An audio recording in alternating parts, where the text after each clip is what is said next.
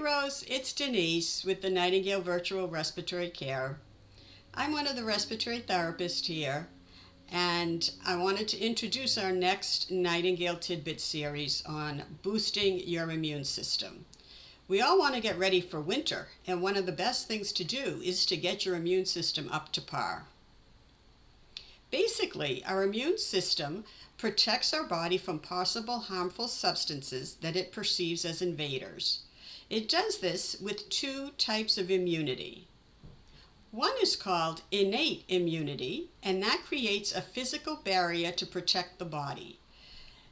This is the immune system's first line of defense, and examples include the skin, the eyes, the corneas on your eyes, the mucous membranes in your respiratory, your gastrointestinal tract, and your genitourinary tract.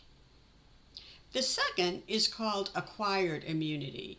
This is when the body makes special proteins called antibodies to protect itself from a specific invader. These antibodies are developed after the body has been exposed to an invader.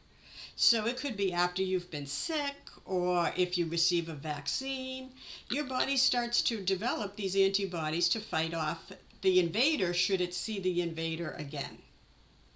These invaders include living organisms like bacteria, viruses, or fungi, or non-living substances such as chemicals, toxins, and even foreign particles like when you get a splinter.